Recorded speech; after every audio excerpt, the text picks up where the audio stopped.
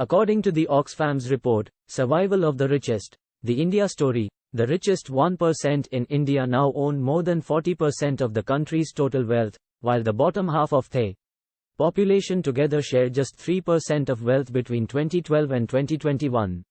The report says that taxing India's 10 richest individuals at 5% could generate enough money to bring children back to school. Findings of the report. Gender inequality. Female workers earned only 63 paise for every 1 rupee earned by male workers. The situation is even worse for scheduled castes and rural workers, as they earned 55% and half of what the advantaged social groups earned respectively, between 2018 and 2019. Social inequality. Countries' marginalized communities such as Dalits, Adivasis, Muslims, women, and informal sector workers are continuing to suffer in a system that prioritizes the survival of the richest.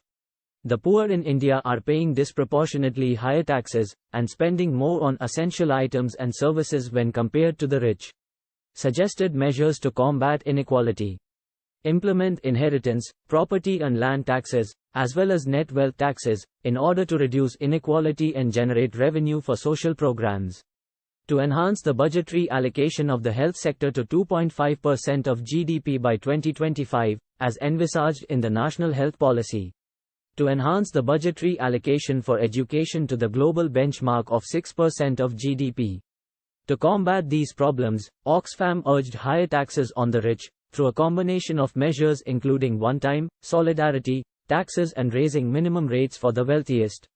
Oxfam International has called for food companies that are making large profits as inflation has surged to face windfall taxes.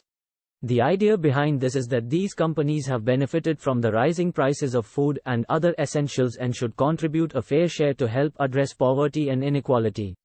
This measure could generate revenue for governments to support social programs that help reduce poverty and inequality.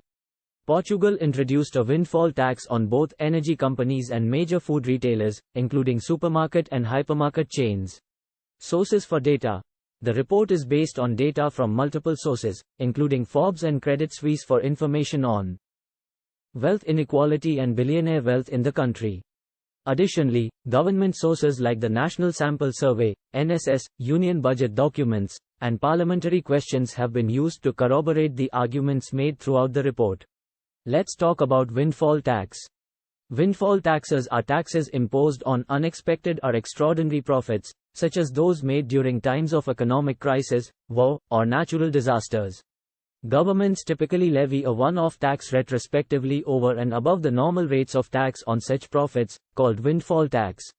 One area where such taxes have routinely been discussed is oil markets, where price fluctuation leads to volatile or erratic profits for the industry.